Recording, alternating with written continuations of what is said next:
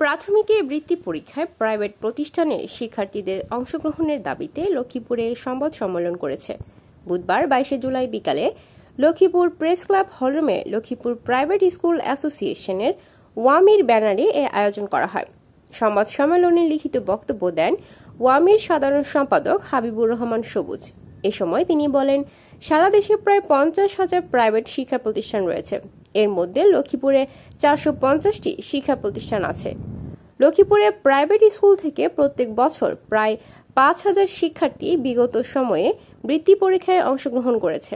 এবার হঠাৎ করে তা বন্ধ করে দেওয়া হয়েছে। এটি বড় ধরনের বৈষম্য। দ্রুত সময়ের মধ্যে প্রাথমিকের বৃত্তি পরীক্ষায় প্রাইভেটের শিক্ষার্থীদের সুযোগ করে দিয়ে বৈষম্য দূর করতে হবে।